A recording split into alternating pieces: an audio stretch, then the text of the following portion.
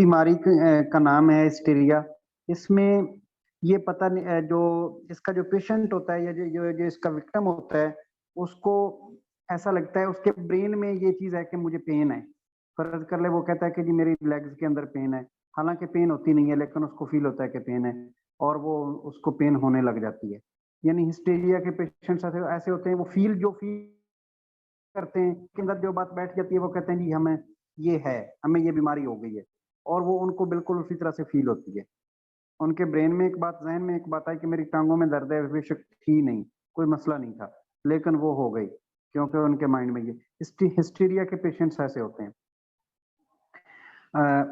ये जो फ्राइड है, इसकी सारी रिसर्च हिस्टीरिया के पेशेंट्स पर थी और उन पर रिसर्च करके ही इसने साइको एनालिसिस की फील्ड मुतारिफ करवाई थी। इसकी जो साइको एनालिटिक थ्योरी, जी कोई बात कर रहे हैं आप?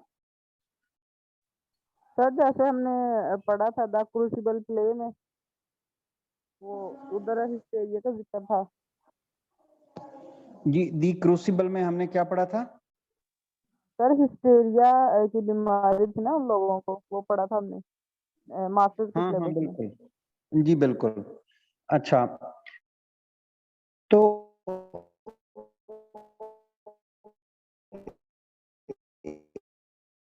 ये फ्राइड को बोलते हैं। ये थ्योरी है जिसमें स्टेजेस बताई गई हैं, यानी सबसे पुरानी थ्योरी, स्टेजेस वाली सबसे पुरानी थ्योरी साइको एनालिटिक थ्योरी है, या इसको साइको सोशल थ्योरी भी कहते हैं। सॉरी, साइकोसेक्सुअल थ्योरी भी कहते हैं, सोशल नहीं। साइको सोशल तो एरिक्सन की थी, इसको साइकोसेक्सुअल थ्योरी भी कहते हैं। ये इसमें 5 स्टेजेस ऑफ डेवलपमेंट है, यानी आपकी पर्सनैलिटी डेवलपमेंट की 5 स्टेजेस दी गई हैं। फ्राइड कहता था कि जो इंसान की पर्सनैलिटी है ना, वो लिबिडो, एक वर्ड है लिबिडो, किसी बंदे ने कभी इसके बारे में पढ़ा? लिबिडो क्या है? वो कहता था जो लिबिडो है ना, इसके जरिए इंसान की पर्सनैलिटी है। लिबिडो का मतलब असल में एक ऐसी एनर्जी है, जो फ्राइड के मुताबिक एक ऐसी एनर्जी जो हमारी सर्वाइवल या सेक्सुअल इंस्टिंक्ट के जरिए पैदा होती है। हमारी सर्वाइवल इंस्टिंक्ट है, सेक्सुअल इंस्टिंक्ट है। सर्वाइवल इंस्टिंक्ट क्या है? आपकी स्क्रीन गायब हो गई है। सर्वाइवल इंस्टिंक्ट क्या है? सर्वाइवल इंस्टिंक्ट ये है, देखें, हर बंदा चाहता है कि मेरी नस्ल आगे बढ़े, मेरा नाम रहे, मैं हमेशा के लिए जिंदा रहूं, हमेशा के लिए जिंदा रहूं, कभी मौत ना। इंसान कभी मरना नहीं चाहता, इंसान कभी खत्म नहीं होना चाहता। तो उसके लिए क्या करते हैं? कुछ चीजें तो ऐसी हैं, कुछ चीजें ऐसी हैं जो लगातार, यानी पत्थर हैं, तो वो अगर उनको ये मौसमों के थपेड़ों से, और वो भी बहुत देर तक कुर्रा जमीन पर, लेकिन जानवरों या इंसानों के बारे में जो बात है कि ये अपनी यूं समझ ले अबदी जिंदगी के लिए, हमेशा रहने के लिए, हमेशा रहने के लिए ये रिप्रोड्यूस करते हैं अपने आप को, यानी अपनी नस्ल आगे बढ़ाते हैं सेक्स करके, या जो भी तरीकाकार अल्लाह ताला ने जानवरों इंसानों के लिए वजह किया है, वो उस रिप्रोडक्शन के जरिए अपनी नस्ल आगे बढ़ाते हैं। तो ये सर्वाइवल इंस्टिंक्ट है, यानी हमारा नाम जो है वो आने वाले दौर में भी कायम रहे, हम कभी खत्म ना हो। इंसान ने हमेशा से ऐसी चीजें तलाशनी चाहिए कि फ्यूचर में हमारी जिंदगी बढ़ जाए। हमारी ये देखे, मेडिकल साइंस जो सारा काम कर रहा है वो भी लेंथ ऑफ लाइफ को बढ़ाने के लिए। हम फ्यूचर में झांकना चाहते हैं, कैसी कैसी मशीनें, जो साइंटिफिक मशीनें इजाद हो रही हैं, हम फ्यूचर में झांकना चाहते हैं, इसलिए कि फ्यूचर में हम मौजूद हैं या नहीं, फ्यूचर कैसा कैसा होगा, हम ज्यादा देर तक कैसे जिंदा रह सकते हैं। हर इंसान बहुत लंबी जिंदगी गुजारना चाहता है, उसकी हमेशा से कोशिश रही है। चूंकि हम फानी हैं, हम मॉर्टल हैं, इमॉर्टल नहीं हैं, तो हम रिप्रोडक्शन के जरिए अपनी नस्ल को बढ़ा के इस दुनिया में जिंदा रहना चाहते हैं। ये है इंसान की सर्वाइवल इंस्टिंक्ट। दूसरी लिबिडो में शामिल है आपकी सेक्सुअल इंस्टिंक्ट। अच्छा, अगर आप एक मूवी 2014 में एक मूवी बनी थी लूसी, अगर किसी बंदे ने देखी है, हॉलीवुड की, 2014 में आई थी शायद। उसमें ये बड़ा जबरदस्त कॉन्सेप्ट है। उसमें भी एक रिसर्च स्कॉलर है, वो इंसानी ब्रेन पे रिसर्च कर रहा है। वो कहता है कि जो है ना इंसान का ब्रेन जो है वो आई थिंक हमारे जो नॉर्मल लोग हैं हम ब्रेन का सिर्फ 1% शायद उससे भी 1% से भी कम इस्तेमाल करते हैं। और सबसे ज्यादा जो जिस वो ब्रेन का इस्तेमाल किया वो शायद आइंस्टाइन था, और उसका ब्रेन जो अभी भी उन्होंने म्यूजियम में रखा हुआ है, वो उसको उन्होंने महफूज किया हुआ है कि वो एक अलग किस्म का ब्रेन था। और उस मूवी में एक लड़की कोई ऐसी ड्रग ले लेती है जिससे उसके दिमाग की काम करने की सलाहियत बढ़ती जाती है। जैसे जैसे वो ड्रग्स लेती है, मुख्तलिफ चीजों से अपनी एनर्जी लेती है, मैटर से लेती है, वो कभी पास्ट में चली जाती है, कभी प्रेजेंट में, कभी फ्यूचर में। और फिर वो ऐसे ऐसे मिरेकल सर अंजाम देती है कि बंदे की अकल दंग रह जाती है उस मूवी को देख के। बेशक वो थोड़ी सी सुपर नेचुरल है, लेकिन there is a great scientific concept in that. यानी उसमें भी ये बात वो स्कॉलर कहता है कि हमारी जो इंस्टिंक्ट है वो ये है कि हम सर्वाइवल चाहते हैं। अब वो सर्वाइवल कैसे हो, किसी तजर्बे के जरिए हो, किसी यानी दिमाग को आगे फ्यूचर में झांक के हो, या रिप्रोडक्शन के जरिए हो। दूसरा, लिबिडो में सेक्सुअल शामिल, उसके अंदर वो सेक्स उस पर डोमिनेंट है, उसके सारे बिहेवियर को कंट्रोल जो है, उसकी सेक्सुअल डिजायर्स, इड जो है उसकी सेक्सुअल डिजायर में इड जो है वो उसके ख्वाहिशात को कंट्रोल करता है, उसको उसके मुताबिक उसकी पर्सनैलिटी को क्रिएट करता है। ये लिबिडो पार्ट ऑफ इड आप इसको कह सकते हैं, या ड्राइविंग फोर्स है। ये आपके सारे बिहेवियर के पीछे, आपके सारे रवैये के पीछे ये लिबिडो है, ये ड्राइविंग फोर्स है। ये इस पे जोर देता है फ्राइड। अब चूंकि फ्राइड जो है उससे ज्यादा उसका मेन फोकस सेक्स पर रहा है, कि इंसान सेक्सुअलिटी पर रहा है, कि इंसान की जो भी पर्सनैलिटी बनती है, जो भी बिहेवियर बनता है, वो उसका जो सेक्सुअल रवैया होता है, जो सेक्सुअल बिहेवियर होता है, उसके मुताबिक बनता है। इसमें वो जो उसने साइको एनालिटिक थ्योरी में स्टेजेस दिए हैं, वो भी उसने बेसिकली लिबिडो की बुनियाद पे या सेक्सुअल इंस्टिंक्ट बुनियाद पे दिए हैं, कि किस तरह इंसान सेक्सुअल प्लेजर हासिल करता है। या उसके मुताबिक, फ्राइड के मुताबिक ये है कि स्टेजेस जो हैं उनके थ्रू, स्टेजेस जो हैं उनके थ्रू बताया गया है कि किस स्टेज पर बच्चा कैसे प्लेजर सीख करता है। पर्सनैलिटी, फ्राइड के मुताबिक पर्सनैलिटी क्या है कि प्लेजर कैसे सीख करते हैं, अपने इड की जो ख्वाहिशात हैं वो कैसे पूरी करते हैं, प्लेजर कैसे सीख करते हैं। तो इसमें 5 स्टेजेस उसने दिए हैं। मैं एक दिन पहले लास्ट लेक्चर में शायद बात हो रही थी कि फ्राइड कहता था कि जो इंसान की जिंदगी के पहले 5 साल हैं वो बड़े इंपॉर्टेंट होते हैं। पहले 5 साल में जितनी इंसान की पर्सनैलिटी बननी हो बन जाती है, उसके बाद बाकी बाकी सालों की कोई अहमियत नहीं, बाकी उसकी एज की कोई अहमियत नहीं है, ज्यादा अहमियत नहीं होती, पहले 5 साल हैं। तो इसकी जो पहले 3 स्टेजेस हैं वो पहले 5 साल के राउंड अबाउट हैं। तो इसमें सबसे पहली स्टेज जो है वो है ओरल स्टेज। पहली स्टेज ओरल स्टेज है। ये बर्थ से लेके 1.5 साल की उम्र तक, 1 साल भी कुछ लोग लिखते हैं, कुछ लोग 1.5 साल लिखते हैं। ये यानी बर्थ से लेके 1.5 साल तक की एज, इसको ओरल स्टेज का नाम देता है। क्योंकि फ्राइड बताता है कि हमारी लाइफ में स्टेजेस जुड़ी हैं इस बात से कि हम अपनी ख्वाहिशें कैसे पूरी करते हैं। तो वो कहता है ओरल, ओरल का मतलब देखिए, ओरल का मतलब जुबानी, मुंह से ओरल, ओरल स्टेज में बच्चा मुंह के जरिए प्लेजर सीख करता है, मुंह के जरिए प्लेजर सीख करता है। कैसे? मुंह के जरिए अपनी डिजायर्स की सेटिस्फेक्शन करता है। जैसे वो करना कोई चीज या सकिंग करना। अब यहाँ पे भी थोड़ा सा सेक्सुअल, उसने सेक्सुअल इंस्टिंक्ट को बयान किया है कि बच्चा जो है वो कैसे अपने मुंह के जरिए सारी चीजें खाता पीता है, सक करता है, टेस्ट करता है, ये सारी चीजें उसका प्लेजर हासिल करने का वह जरिया जो है वो माउथ है। तो ये पहली स्टेजेस में बच्चा जो है वो प्लेजर सीख करता है माउथ के जरिए। अब इसमें वो 2 चीजें बयान करता है, फिक्सेशन और रिग्रेशन। फिक्सेशन या रिग्रेशन का मतलब ये है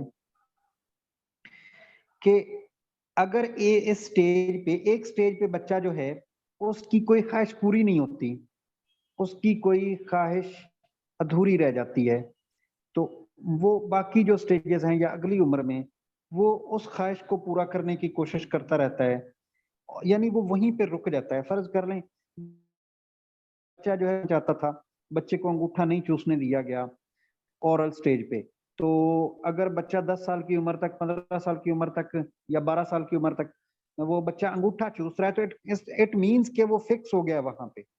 रिग्रेशन भी इन्हीं मानों में इस्तेमाल होता है, फिक्सेशन और रिग्रेशन, ये दोनों टर्म्स इसके लिए इस्तेमाल करते हैं।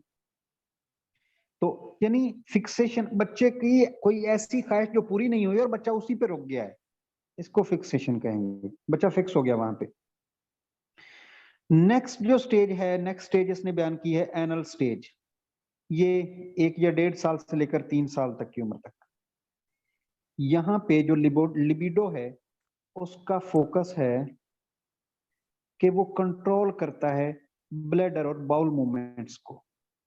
यहाँ पे बच्चा जो है उसकी वो ओनली जो प्लेयर सीख कर सकता है वो ये है कि वो अपनी बाउल मूवमेंट्स जो है, इसको टॉयलेट एज भी वो कहता है, इसको टॉयलेट एज का नाम देता है कि ये बच्चे की टॉयलेट एज है।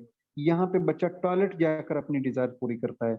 या जो बच्चे बिस्तर गीला करते हैं, टॉयलेट नहीं जाते बिस्तर गीला करते हैं, वो भी इसी एनल स्टेज में रखता है उनको कि वो एनल स्टेज, वो बिस्तर गीला कर देते हैं, वो उसको कंट्रोल नहीं कर सकते जब अपनी बाउल मूवमेंट को।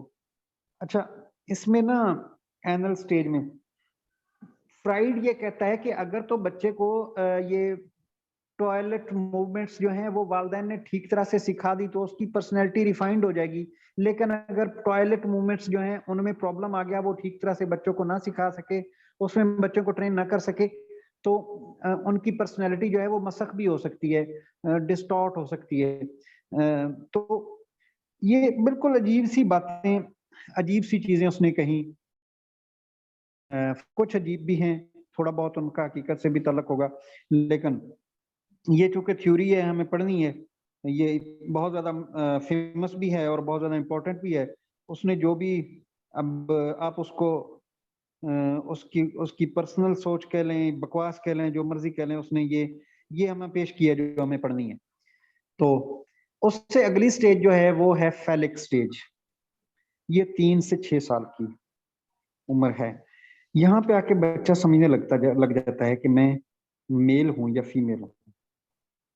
यहाँ पे उसकी बच्चे को जब ये आइडिया हो जाता है कि मैं मेल हूं या फीमेल हूं, तो अपोजिट जेंडर के साथ उसकी अट्रैक्शन हो जाती है, अटैचमेंट हो जाती है।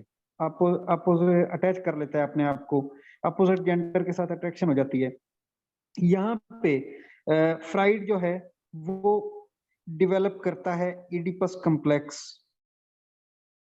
फ्राइड के मुताबिक बच्चे के अंदर डेवलप होता है इडिपस कॉम्प्लेक्स और इलेक्ट्रा कॉम्प्लेक्स। इडिपस कॉम्प्लेक्स क्या है? इडिपस कॉम्प्लेक्स का मतलब ये कि जो बेटे हैं वो अपनी माँ के साथ ज्यादा अटैच होते हैं सेक्सुअल अट्रैक्शन की वजह से, और इलेक्ट्रा कॉम्प्लेक्स है कि जो बेटी है वो अपने बाप के साथ ज्यादा अटैच होती है सेक्सुअल अट्रैक्शन की वजह से। ये असल में इसके पीछे कुछ एक दो टेल्स भी हैं। एक ड्रामा है इडिपस, इडिपस रेक्स, अगर आप पढ़ें उसको इंग्लिश लिटरेचर में, उसमें एक बंदा अपने बाप को मार के अपनी माँ से शादी कर लेता है। और अगर हम पढ़ें इलेक्ट्रा के बारे में, तो इलेक्ट्रा भी एक करेक्टर है, ये इसमें इंग्लिश लिटरेचर में वो अपनी को मार के बाप से शादी कर लेती है इलेक्ट्रा नाम की। तो ये उसने उनकी बुनियाद पे ये दोनों कॉम्प्लेक्सेस पेश किए। तो फ्राइड के मुताबिक ये इडिपस कॉम्प्लेक्स और इलेक्ट्रा कॉम्प्लेक्स कब डेवलप होते हैं? ये होते हैं फैलिक स्टेज में, 3 to 6 एज में। ये आपको क्वेश्चन आ सकता है कि फ्राइड के मुताबिक कौन से स्टेज पर इडिपस कॉम्प्लेक्स या इलेक्ट्रा कॉम्प्लेक्स डेवलप होते हैं। तो आई थिंक आपको इडिपस कॉम्प्लेक्स और इलेक्ट्रा कॉम्प्लेक्स का पता चल गया होगा। अच्छा, नेक्स्ट है लेटेंसी। नेक्स्ट स्टेज का नाम है लेटेंसी। लेटेंसी का जैसे लेटेंट, लेटेंट से निकला है लेटेंसी। लेटेंट का मानी होता है छुपा हुआ। अब देखें, थर्ड स्टेज में एक बंदे के साथ तो अट्रैक्शन थी, दूसरे बंदे के साथ हेट्रेड था। एक बंदे के साथ अट्रैक्शन थी, यानी अपोजिट जेंडर के साथ अट्रैक्शन थी, सेम जेंडर के साथ हेट्रेड था। तो यहाँ पे जो अट्रैक्शन था, ये लेटेंसी का मतलब है छुपा लेना, दबा लेना। यहाँ पे हेट्रेड को भी दबा लिया गया है और अट्रैक्शन को भी दबा लिया गया है। इस स्टेज का बच्चा, 6 से 12 साल का बच्चा, फ्राइड के मुताबिक वो अपनी हेट्रेड को भी दबा लेता है, अपनी अट्रैक्शन को भी दबा लेता है। उसको जो जो ख्यालात उसके जहन में हैं उनको वो रिप्रेस कर देता है। अगर रिप्रेशन की एक टर्म फ्राइड इस्तेमाल करता है, रिप्रेशन जो है ये लेटेंसी की एज में होती है, यानी वो टोटली उसको दबा देना अपने, यानी इस एज में 6 से 12 साल की एज में बच्चा जो है उसके जो भी इड की उसकी जो ख्वाहिशात हैं उनको दबा लेता है, वो उनको रिप्रेस कर लेता है। वो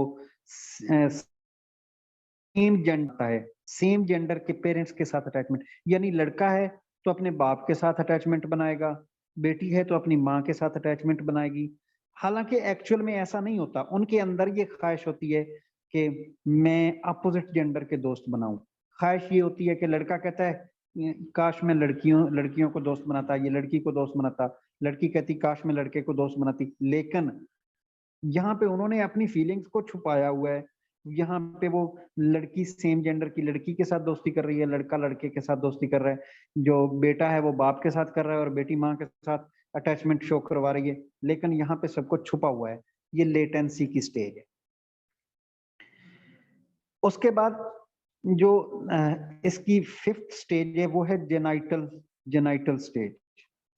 ये 12 से लेके 18 साल की एज तक, एडल्टहुड तक है।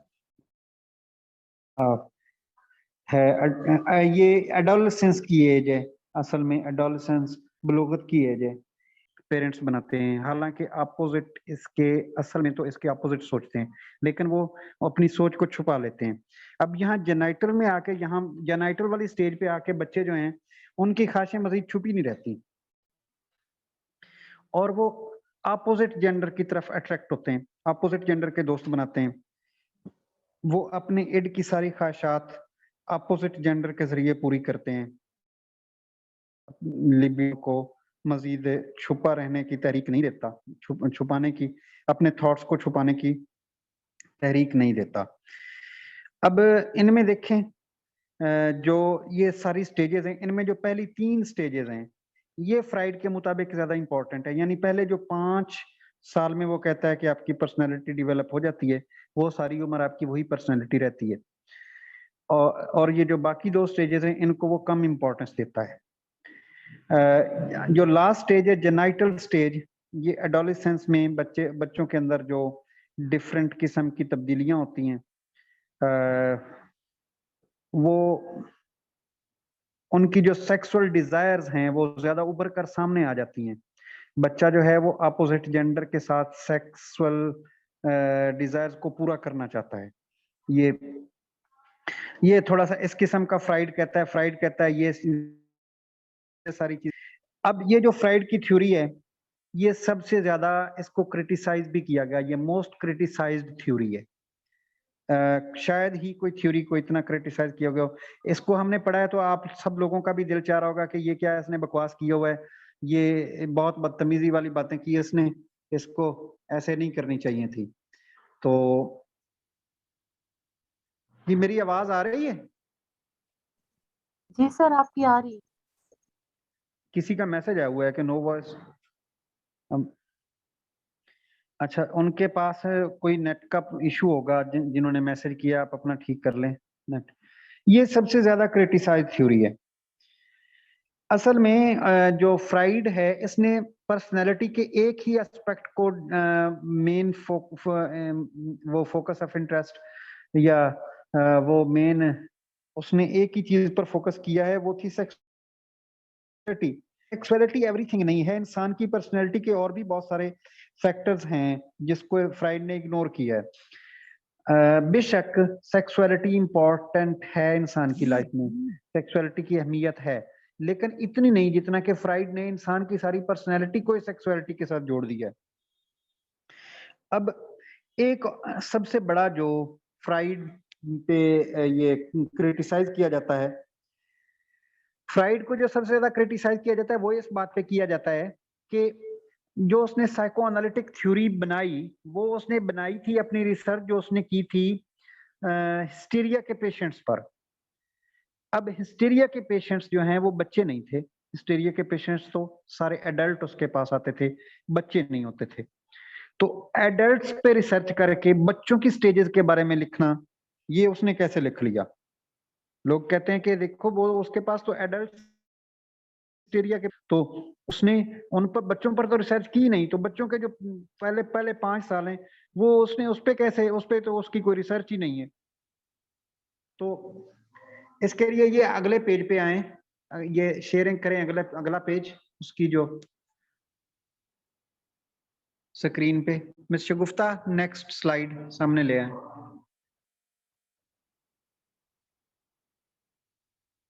जी हाँ, देखें इसमें पहला जो क्रिटिसिज्म है वो ये लिखा हुआ है, it is a developmental theory but fried never included studies on children. देखें उसने ये थ्योरी पेश की, डेवलपमेंटल थ्योरी है, पर्सनैलिटी डेवलपमेंट की थ्योरी है, यानी उसने पैदाइश से लेकर 18 साल तक के बच्चों की पर्सनैलिटी के बारे में बताया, लेकिन उसकी स्टडीज, उसने बच्चों पर कोई स्टडी तो की नहीं, उसने बच्चों पर तो कोई तजुर्बात किए ही नहीं। तो ये एक पहला क्रिटिसिज्म था इस पर।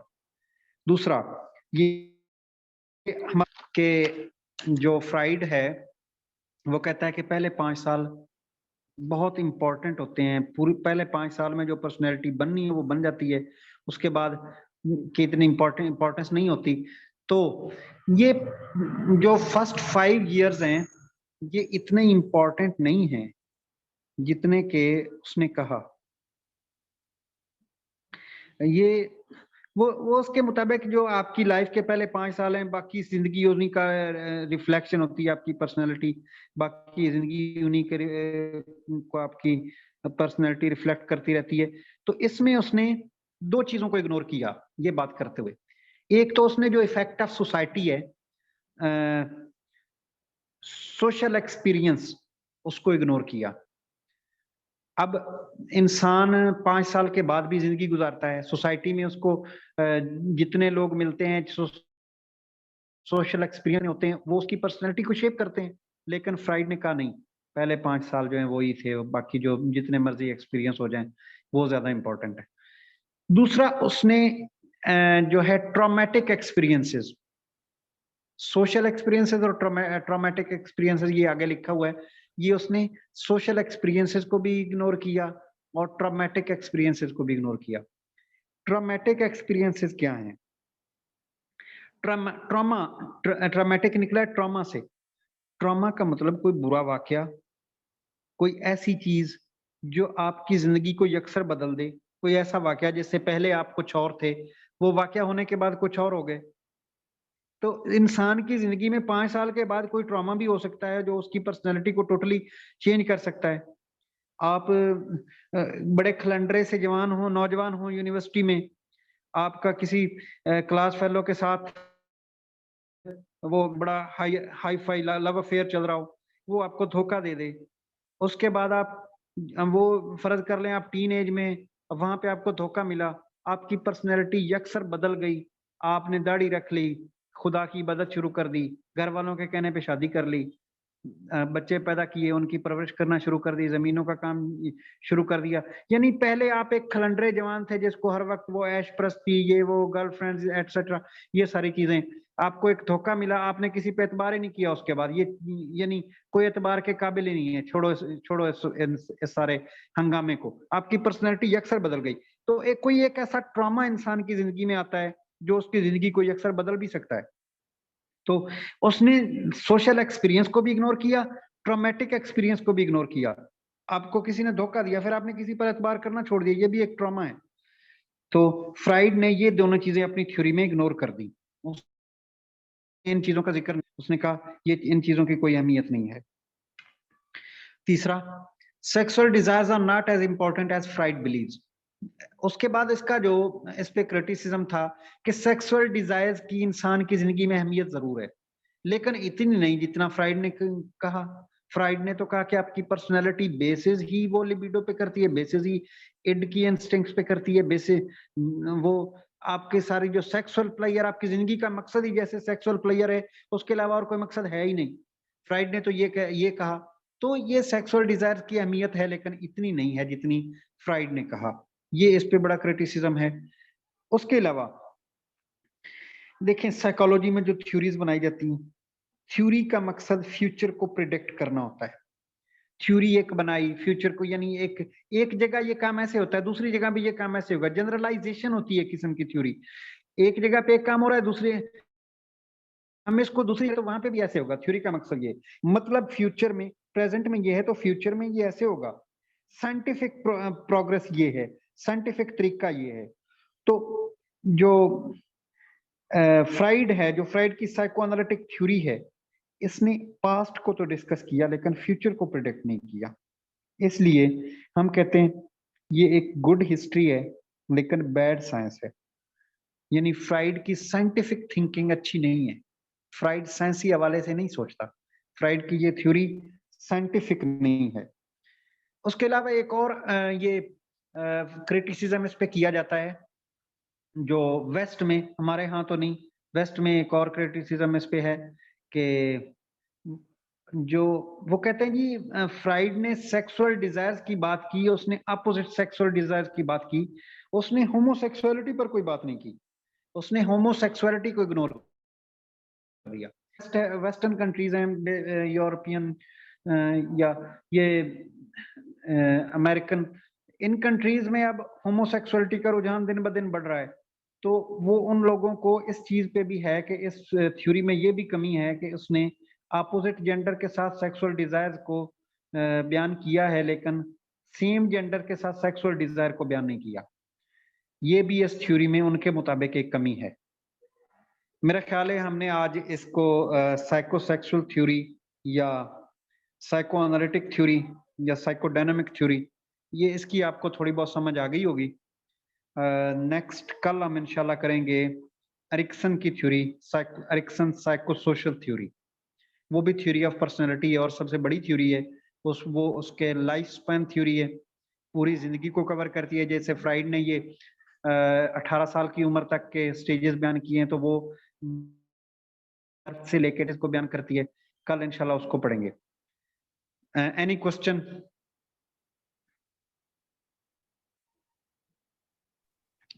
अस्सलाम वालेकुम सर। जी वालेकुम अस्सलाम। सर जी, ये कितनी थ्योरीज हो गई हैं इससे पहले? इससे पहले हमने कुछ तो चाइल्ड डेवलपमेंट की थ्योरीज पढ़ी, जैसे वो हमने जीन पियाजे की थ्योरी पढ़ी थी। मुझे याद नहीं है, इसके अलावा शायद कोई और भी एक जनरल थ्योरी भी पढ़ी थी उसकी। और ये पर्सनैलिटी की